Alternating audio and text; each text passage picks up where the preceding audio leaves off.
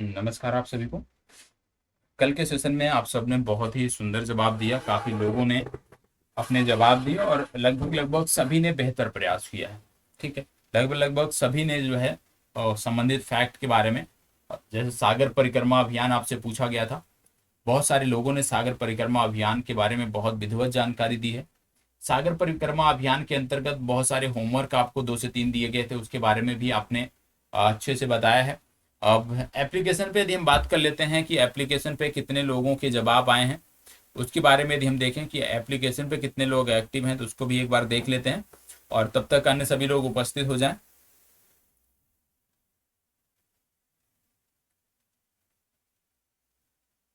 चलिए, आप सभी उपस्थित हो जाएं।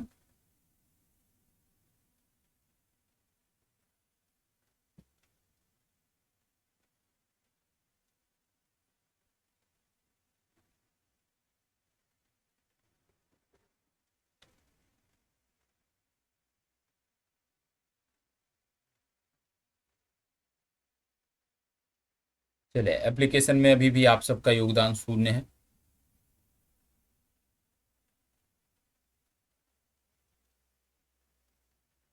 चलिए। अच्छा, 13 कॉपियां हमें प्राप्त हुई हैं एप्लीकेशन में, बहुत अच्छी बात है। चलिए, बहुत सुंदर। लगभग 12 से 13 छात्रों ने आप में से सेकंड, पहले में तो लगभग लगभग सबका शून्य रहा था, लेकिन सेकंड असाइनमेंट में आप सब में से काफ़ी छात्रों ने जो है शेयर किया। ठीक है। फर्स्ट में भी 4 लोगों के डेटा आ रहे हैं, सूरज कुमार, विष्णु कुमार देव जी, प्रीति कुमारी, लक्ष्मी कुमारी। बहुत सुंदर। तो इसी तरह से करते रहें। आज मैं इसको चेक भी कर दूंगा जो आपने एप्लीकेशन में सबमिट किया है, जितना भी डेटा, कि कहाँ पे क्या त्रुटियां हैं, तो वो सारे सबमिट कर दिए जाएंगे। फर्स्ट दिन जो आपका होमवर्क दिया गया था, उसमें लक्ष्मी कुमारी, प्रीति कुमारी और शालिनी सिंह और विष्णु कुमार देव जी ने सबमिट किया था। और सेकंड जो आपका दिया गया था, सेकंड वर्क लास्ट क्लास में जो आपको दिया गया था, इसमें कुल आप में से 13 छात्रों ने जो है शेयर किया है। बबली राज, गौरी कुमारी, कंचन माला, खुशबू कुमारी, लक्ष्मी कुमारी, प्रीति कुमारी, रश्मि प्रिया, साजिद जी, शाहिद रजा, शालिनी सिंह, स्नेहा कुमारी, सूरज और विष्णु कुमार देव। बहुत ही सुंदर, बहुत ही शानदार। ठीक है। तो इसी तरह से आज भी करना है। आज भी आपके लिए कुछ होमवर्क रहेंगे, उसको कंप्लीट करना है।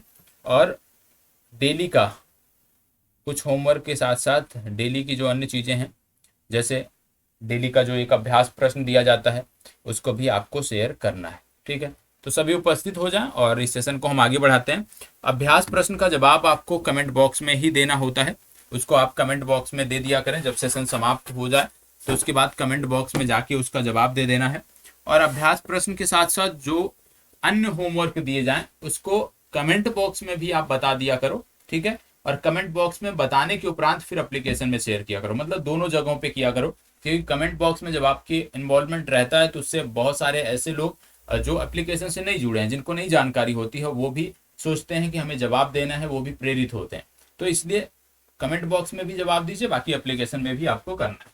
चलिए, शुरुआत करते हैं आज के सेशन की। आज का पहला सेशन, पहला प्रश्न। हाल ही में भारतीय भाषाओं को बचाने के लिए एलोरा नामक मुहिम किस संस्था द्वारा चलाई गई है? क्या बोला जा रहा है? एक विशेष मुहिम की बात हो रही है। और ये जो मुहिम है, ये मुहिम जो अपने आप में महत्वपूर्ण है। नाम क्या है? इसका नाम है एलोरा। तो आपसे पूछा जा रहा है कि एलोरा नामक ये जो मुहिम है, विशेष रूप से किसको लेकर के है? ये भारतीय भाषाओं को बचाने के लिए है। तो किस संस्था द्वारा ये चलाई जा रही है, आपको बताना है। चलिए, किस संस्था द्वारा ये मुहिम चलाई जा रही है?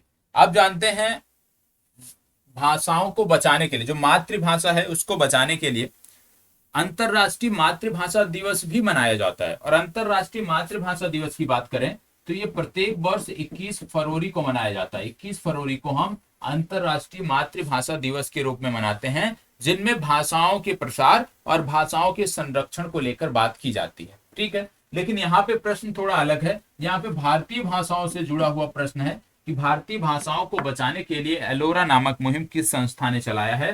तो याद रखिएगा, यह मुहिम चलाया है माइक्रोसॉफ्ट ने। किसकी मुहिम है? माइक्रोसॉफ्ट की एक मुहिम है, ये आपको पता होना चाहिए। एक नाम है, आपको याद रखना है, डॉक्टर महेंद्र कुमार मिश्रा। ये नाम आपको याद रखना है, डॉक्टर महेंद्र कुमार मिश्रा। ठीक है, डॉक्टर महेंद्र कुमार मिश्रा, ये नाम अपने आप में महत्वपूर्ण है, इसको याद रखना है। क्यों याद रखना है डॉक्टर महेंद्र कुमार मिश्रा को? डॉक्टर महेंद्र कुमार मिश्रा उड़ीसा से संबंधित हैं। इनको इसलिए याद रखना है क्योंकि भारत में मातृभाषा को बढ़ावा देने के लिए और उनकी आजीवन सेवा के लिए यूनेस्को का इनको पुरस्कार मिला है, और यह पुरस्कार प्राप्त करने वाले ये भारत के पहले व्यक्ति हैं। तो अंतरराष्ट्रीय मातृभाषा पुरस्कार इनको मिला है 2023 का, याद रखिएगा। अंतरराष्ट्रीय मातृभाषा पुरस्कार 2023 का मिला है डॉक्टर महेंद्र कुमार मिश्रा को। उड़ीसा से ये संबंधित हैं। भारतीय मातृभाषा को संरक्षित करने के लिए इन्होंने लगातार प्रयास किया, उसको लेकर के यह पुरस्कार इनको दिया गया है, और ऐसा पुरस्कार प्राप्त करने वाले ये भारत के पहले व्यक्ति हैं। किसके द्वारा दिया गया? यूनेस्को द्वारा दिया गया। ठीक है, चलिए आगे बढ़ते हैं। International union of railway and railway protection force की 18वीं विश्व सुरक्षा कांग्रेस का आयोजन कहाँ किया गया? बताओ क्या बोला जा रहा है? International union of railway and railway protection force की 18वीं बैठक कहाँ पे आयोजित की गई, ये आपसे बोला जा रहा है। इसको शार्ट में बोलते हैं यूआईसी, इस संस्था को शार्ट में बोलते हैं यूआईसी, ये भी आपको पता होना चाहिए। ठीक है, यूआईसी इसको बोलते हैं शार्ट में, इस संस्था को। और यूआईसी की यदि हम बात करते हैं कि इसकी स्थापना कब हुई थी, तो याद रखना है कि इसकी स्थापना जो है वर्ष 1922 में हुई थी। कहाँ पे हुई थी? पेरिस शहर में इसका हेडक्वार्टर आपको देखने को मिलता है। ठीक है, तो याद रखना है कि वर्ष 1922 में इसकी स्थापना हुई थी और पेरिस शहर में इसका हेडक्वार्टर आपको देखने को मिलता है। चलिए बताइएगा कि इसका आयोजन किया कहाँ गया, ये आपको बताना है। 4 शहरों के नाम दिए हैं, गांधीनगर, लखनऊ, बेंगलुरु, जयपुर। इनमें से आपको सही जवाब चुनना है। देखो, इसका सही उत्तर है जयपुर। ये सम्मेलन जयपुर में आयोजित किया गया, ये आपको पता होना चाहिए। और यहाँ पे एक चीज और याद रखना है, क्योंकि यहाँ पे बात हुई है विश्व रेलवे प्रोटेक्शन फोर्स, और भारत में आरपीएफ आप जानते हैं रेलवे सुरक्षा का कार्य करती है। और आरपीएफ के द्वारा यदि हम बात करें, कई सारे ऑपरेशन भी पूर्व में चलाए गए थे जिनके बारे में मैंने आपको बताया था। चाहे वो नन्हे फरिश्ते ऑपरेशन की बात करें, चाहे वो ऑपरेशन आहार की बात करें, आहट, ऑपरेशन आहट और नन्हे फरिश्ते, ये दोनों ऑपरेशन मैंने आपको बताया था कि किस प्रकार से जो तस्कर हैं उनके चुंगल से महिलाओं और बच्चों को बचाने के लिए आरपीएफ की यह ऑपरेशन है, आरपीएफ की यह योजना है, इसके बारे में हमने बात किया है। और एक चीज और याद रखना है कि आरपीएफ की टैग लाइन क्या है, तो आरपीएफ की टैग लाइन है सेवा संकल्प सेवा करने का वादा। सेवा संकल्प सेवा करने का वादा, ये आरपीएफ की टैग लाइन है, इसके बारे में भी आपको याद रखना है। आपको पता होगा कि संजय चंदर इसके डीजी हैं। क्या नाम है इनका? संजय चंदर। संजय चंदर क्या है? डीजी हैं किसके? आरपीएफ के।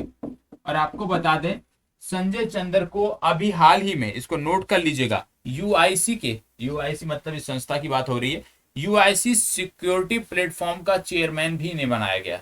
ठीक है, याद रखिएगा, संजय चंदर को यूआईसी सिक्योरिटी प्लेटफॉर्म का चेयरपर्सन भी बनाया गया है, और ये अपने आप में महत्वपूर्ण है। ठीक है, यूआईसी का मतलब क्या हो गया? International union of railway and railway protection force. तो इसके चेयरपर्सन कौन बनाए गए हैं? इसके चेयरपर्सन बनाए गए हैं संजय चंदर, जो डीजी हैं आरपीएफ के।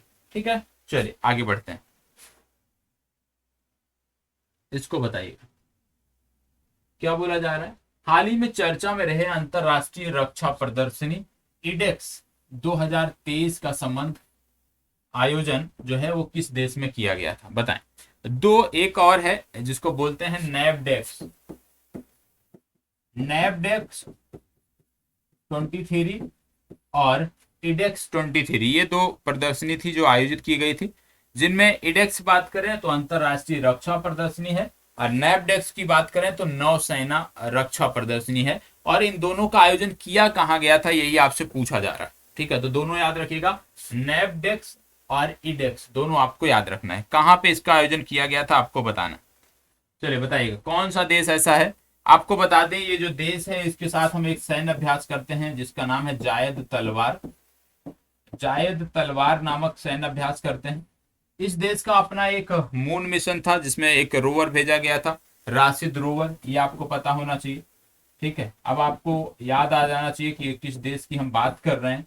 इसके साथ साथ इसमें कुछ चीजें और आपको याद रखनी है कि COP28 का जो आयोजन होगा, COP28 का जो आयोजन होगा वो इसी देश में होगा। ठीक है, अब इसके साथ साथ आपको याद रखना है, इसमें एक शहर है जिसका नाम है अल मिनहाद। अल मिनहाद, अल मिनहाद जो शहर है इसका नाम रख दिया गया है क्या? इसका नाम रख दिया गया है हिंद सिटी। तो याद रखिएगा, हिंद सिटी किसका नाम हो गया है? अल मिनहाद का। और ये सारे के सारे जो फैक्ट हैं ये संबंधित है किससे? यूएई से। इसका मतलब क्या है? इसका आयोजन कहाँ हुआ? यूएई में इसका आयोजन किया गया। यूएई के साथ हम जायद तलवार नामक सैन्य अभ्यास करते हैं। राशिद नामक रोवर यूएई ने भेजा था। COP28 का आयोजन यूएई में किया जाएगा। और नेपडेक्स और इडेक्स का जो आप कह सकते हो रक्षा प्रदर्शनी, ये भी यहीं पे लगाई गई थी। इसके साथ साथ अभी यहाँ पे वर्ल्ड गवर्नमेंट समिट हुई है, ये भी आपको याद रखना है। और वर्ल्ड गवर्नमेंट समिट कहाँ पे हुई है? दुबई में हुई थी, ये भी आपको याद है। वर्ल्ड गवर्नमेंट समिट 2023 ये दुबई में हुआ। ठीक है, चलिए आगे बढ़ते हैं। इसको बताइएगा, हाल ही में चर्चा में रहा पट्टीपुलम गांव का संबंध किस राज्य से है? पट्टीपुलम गांव का संबंध, पट्टीपुलम इसको बोलते हैं, पट्टीपुलम गांव का संबंध किस राज्य से है ये आपको बताना है। चलिए बताइएगा, 4 विकल्प आपके सामने हैं और इन्हीं चारों में से आपको जवाब देना है। चलिए बताएं। आपको बता दें कि 5000 बच्चे थे और 5000 बच्चों ने मिलकर 150 पिको सैटेलाइट, ठीक है, पिको सैटेलाइट बनाया था। और इन बच्चों ने जो पिको सैटेलाइट बनाया था 5000 बच्चों ने मिलकर, उसको इसी गांव से लॉन्च किया गया था। और ये जो गांव है यह जिस जिले में पड़ता है उसकी यदि हम बात करें तो उसका नाम है चंगलपट्टू। चंगलपट्टू जिले में ये पड़ता है। और ये जिला है किस राज्य का, यही आपसे पूछा जा रहा है, बताइए। और ये जो 150 पिको सैटेलाइट भेजे गए ये अपने आप में महत्वपूर्ण है, क्योंकि इस मिशन का नाम था APJ Abdul Kalam satellite launch vehicle mission. क्या था? APJ Abdul Kalam satellite launch vehicle mission. ये आपको याद रखना है कि APJ Abdul Kalam satellite launch vehicle mission के माध्यम से ये 150 पिको सैटेलाइट जो है भेजे गए, जो कि 5000 बच्चों ने मिलकर तैयार किया था। और ये छोड़े कहां से गए? ये छोड़े गए पट्टीपोलम नामक गांव से। और पट्टीपोलम नामक जो गांव है ये चंगलपट्टू जो जिला है वहां पे पड़ता है। और चंगलपट्टू जिला कहां पे है? ये तमिलनाडु से संबंधित है। तो इसका सही उत्तर हो जाएगा सी विकल्प, तमिलनाडु। इसको बताइएगा, हाल ही में दुनिया के सबसे बड़े दिव्यांग पार्क की आधारशिला किस राज्य में रखी गई है? किस शहर में रखी गई है? सॉरी, बताइएगा क्या बोला जा रहा है? दुनिया के सबसे बड़े दिव्यांग पार्क की आधारशिला। दिव्यांगों के लिए जो कार्य करने वाला मंत्रालय है, यदि आपसे पूछ लिया जाए कि कौन है, तो याद रखिएगा सामाजिक न्याय एवं अधिकारिता मंत्रालय जो है उसके अंतर्गत ये कार्य किया जाता है। मतलब इनके क्षेत्र में कार्य करने वाला जो मंत्रालय है वो है सामाजिक न्याय एवं अधिकारिता मंत्रालय। इसी मंत्रालय के द्वारा ये कार्य किया जाता है दिव्यांगों को लेकर के। और ये जो शहर है ये आपका है नागपुर। नागपुर से कौन सांसद चुन के आते हैं ये कमेंट बॉक्स में बताइएगा। एक प्रमुख मंत्रालय का प्रभार उनके पास है और वो बहुत प्रमुख मंत्रालय है, लगातार चर्चा में रहता है। जरूर बताइएगा कि नागपुर से चुनकर कौन आते हैं, ये कमेंट बॉक्स में भी बताना है और होमवर्क में भी बताना। ठीक है, तो ये नागपुर में इसकी आधारशिला रखी गई। इसको बताओ, हाल ही में ढाल के बार नामक स्थान का संबंध, हाल ही में चर्चा में रहे ढाल के बार नामक स्थान का संबंध किस देश से है? बताएं। ढाल के बार नामक स्थान का संबंध किस देश से है आपको बताना है। आपको बता दें इस देश में एक मंदिर है जिसको बोलते हैं श्री मुक्तिनाथ मंदिर, श्री मुक्तिनाथ मंदिर। और प्रधानमंत्री जी इस मंदिर में जा चुके हैं जब उन्होंने इस देश की यात्रा की थी। और ये जो श्री मुक्तिनाथ मंदिर है यहाँ पे बिपिन बेल लगाई गई है। क्या लगाई गई है? बिपिन बेल। ये बिपिन बेल क्या है? आप जानते हैं मंदिरों में घंटी लगाई ही जाती है, तो यहाँ पे एक विशेष घंटी लगाई गई है जिसका नाम रखा गया है बिपिन बेल। और आप जानते हैं बिपिन रावत, जनरल बिपिन रावत के बारे में आप जानते होंगे, उन्हीं के नाम पे ये बेल लगाई गई है इस देश में, ये आपको पता होना चाहिए। और इस देश में श्री मुक्तिनाथ मंदिर आपको देखने को मिलता है। आपको बता दें ये जो ढाल के बार नामक स्थान है इसको मुजफ्फरपुर से जोड़ा गया है। और आप जानते हैं कि ढाल के बार मुजफ्फरपुर एक ट्रांसमिशन लाइन है जिसके माध्यम से हम बिजली का आयात भी करते थे और आवश्यकता पड़ने पर हम बिजली संबंधित देश को देते भी थे। और ढाल के बाद मुजफ्फरपुर ये जो लाइन थी, ये जो ट्रांसमिशन लाइन थी, इसकी क्षमता को अब बढ़ा दिया गया है और इसकी क्षमता को अब कर दिया गया है 800 मेगावाट। ठीक है, इसी क्षमता को बढ़ाने के कारण जो है ये चर्चा में रहा है। ढाल के बार नामक जो स्थान है ये पड़ता है नेपाल में और मुजफ्फरपुर नामक जो स्थान है ये आपके पड़ता है बिहार राज्य में। तो ढाल के बार मुजफ्फरपुर जो ट्रांसमिशन लाइन थी उसको अपग्रेड किया गया है, उसकी क्षमता को बढ़ाया गया है, 800 मेगावाट कर दिया गया है। और उसके साथ साथ श्री मुक्तिनाथ मंदिर जो मैंने आपको बताया जहां पे विपिन बेल लगाया गया है यह भी नेपाल से संबंधित है। नेपाल की यदि हम बात करते हैं तो आप बेसिक जानकारी आप जानते हो, नेपाल की राजधानी है काठमांडू। नेपाल की जो मुद्रा है वो नेपाली रुपया आप बोलते हैं, ये आपको पता होना चाहिए। और इसके साथ साथ नेपाल के कुछ नेशनल पार्क हैं जो पूछे जाते हैं, जैसे वर्दिया नेशनल पार्क, ठीक है, जैसे चितवन नेशनल पार्क, ये काफी महत्वपूर्ण है। चितवन नेशनल पार्क और वर्दिया नेशनल पार्क, ये दो नेशनल पार्क काफी महत्वपूर्ण है, जिसमें सबसे ज्यादा महत्वपूर्ण है चितवन नेशनल पार्क। चितवन नेशनल पार्क इसलिए महत्वपूर्ण है क्योंकि आप जानते हैं विश्व के 2/3 एक सिंघी जो गैंडे हैं वो आपके असम राज्य में मिलते हैं, काजीरंगा और मानस का नाम आता है। पश्चिम बंगाल का जल्दापाड़ा भी उससे जुड़ता है, जल्दापाड़ा में भी पाए जाते हैं एक सिंघी गैंडे। और भारत के बाद यदि एक सिंघी गैंडों की कहीं पर आबादी है सबसे ज्यादा तो वो चितवन में है। चितवन नेशनल पार्क नेपाल में पड़ता है, तराई क्षेत्र में पड़ता है। आपने बिहार का वाल्मीकि नेशनल पार्क सुना होगा, वाल्मीकि नेशनल पार्क से ये जुड़ता है चितवन नेशनल पार्क। ठीक है, चलिए आगे बढ़ते हैं, इसको बताइएगा। हाल ही में बहरीन देश ने मेट्रो प्रोजेक्ट को विकसित करने के लिए किस देश के साथ समझौता किया? बहरीन देश बना रहा है मेट्रो, और मेट्रो बनाने के लिए इसने समझौता किया है एक देश से, और इस देश की एक कंपनी है जिसको बोलते हैं BEML। ठीक है, BEML कंपनी से इन्होंने समझौता किया। मतलब BEML जो कंपनी है वो अब बहरीन में मेट्रो का निर्माण करेगी। और BEML कंपनी का नाम क्या है? भारत अर्थ मूवर्स लिमिटेड। ये आपको पता होना चाहिए, मतलब भारत की कंपनी है, और भारत की कंपनी है तो ये विकल्प आपका सही हो जाएगा। और इसमें मध्यस्थता या नेतृत्व कौन कर रहा है? तो दिल्ली मेट्रो कर रही है, मतलब दिल्ली मेट्रो भी इसमें जुड़े, दिल्ली मेट्रो कॉर्पोरेशन भी इससे जुड़ा हुआ है। चलिए आगे बढ़ते हैं। यदि आपसे पूछ ले कि BEML का हेडक्वार्टर कहाँ है तो आप बताओगे बेंगलुरु में इसका हेडक्वार्टर है। हाल ही में किस देश ने न्यू स्टार्ट संधि से हटने की घोषणा की है? न्यू स्टार्ट संधि से हटने की घोषणा किसने की है आपको बताना है, आप इसको बताइएगा। उससे पहले आपको बता दें मोमेंटम 2.0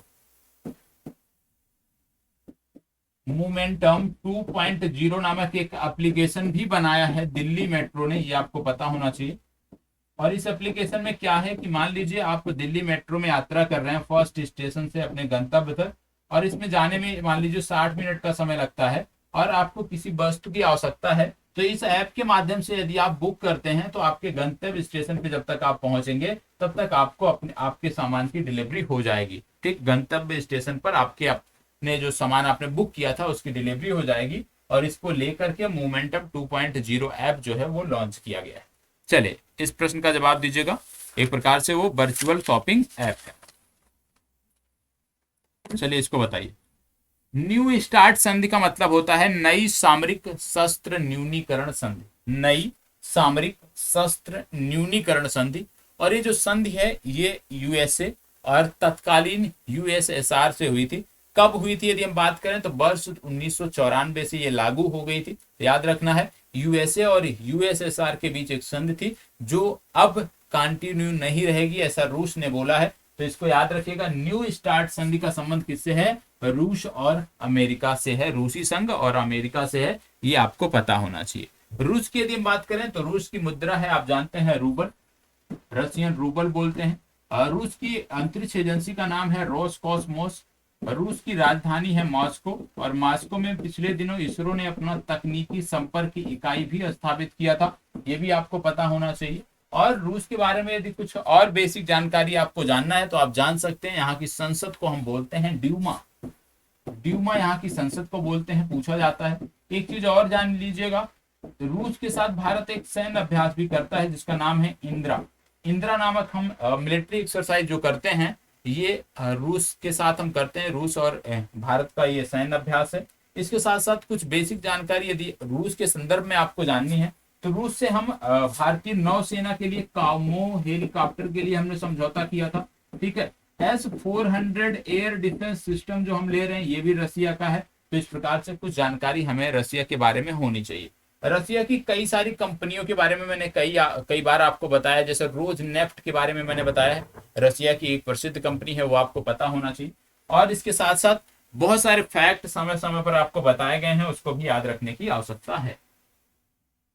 इसको बताइएगा, हाल ही में किस देश में मैड काउ डिजीज के मामले सामने आए हैं? मैड काउ डिजीज एक प्रकार से यदि हम बात करें तो संक्रामक रोग है, विशेष रूप से वयस्क मवेशियों में यह होता है। और जब कोई मवेशी इससे संक्रमित होता है और उस मवेशी का चारा, उससे आप कह सकते हो जूठा चारा कोई दूसरा मवेशी खाता है तो वह भी इससे संक्रमित हो जाता है। और अभी तक वैश्विक स्तर पर यदि हम बात करें तो इसका कोई टीका नहीं है, इसका कोई इलाज नहीं है। ठीक है, तो याद रखना है मैड काउ डिजीज की यदि हम बात करें तो मैड काउ डिजीज के जो मामले सामने आए हैं ये ब्राजील से सामने आए हैं। ब्राजील के बारे में पता होगा, दक्षिण अमेरिका का यह देश है। ठीक है, और आपने ब्रिक्स सुना होगा, ब्रिक्स में बी फॉर ब्राजील ही है, तो ये भी आपको पता होना चाहिए। ठीक है, और ब्राजील के बारे में जो बेसिक जानकारी है वो आप दोगे। आपका एक होमवर्क भी आज है कि दक्षिण अमेरिका के होमवर्क है, प्रमुखता से इसको करना है, प्राथमिकता में लेके। दक्षिण अमेरिका में कितने देश आते हैं? ठीक है, उन देशों की राजधानियां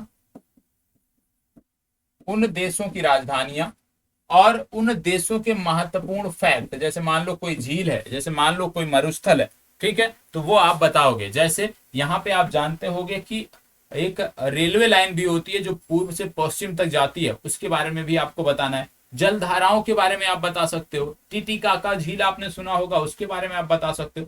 तो जो भी फैक्ट हैं, जैसे इसमें कुछ स्थल रुद्ध देश हैं, ठीक है, जो पूछे जाते हैं आपसे, तो उन स्थल रुद्ध देशों के बारे में आप बताओगे। मतलब दक्षिण अमेरिका की संपूर्ण जानकारी जितना आपको पता है, नहीं पता है सर्च करिएगा, नोट करिएगा, कॉपी करिएगा, रट्टा मारिएगा, लेकिन करके देना है। ये आज आपका होमवर्क। ठीक है, चलिए बढ़ते हैं आगे। प्रश्न संख्या 10 क्या बोला जा रहा है? हाल ही में किस कंपनी ने भारत के open network for digital commerce, open network for digital commerce को हम बोलते हैं ONDC, शॉर्ट फॉर्म में इसको बोलते हैं ONDC। तो यही बोला जा रहा है कि ONDC से जुड़ने की घोषणा किसने की है? हाल ही में ONDC से जुड़ने की घोषणा किसने की है? ONDC से जुड़ने वाली जो सबसे प्रमुख कंपनी थी, आप कह लीजिए जुड़ने वाली सबसे बड़ी कंपनी अभी तक जो थी, सबसे पहली, वो थी माइक्रोसॉफ्ट। ठीक है, माइक्रोसॉफ्ट पहली कंपनी थी जो बड़ी कंपनियों में शुमार है और उसने ONDC को ज्वाइन किया था। अब इनमें से कौन सी अन्य कंपनी है जो इसको ज्वाइन करने जा रही है, वो आपको बताना है। 4 विकल्प आपके साथ हैं, अमेजन, फ्लिपकार्ट, माइक्रोसॉफ्ट और टाटा। चले बताइएगा।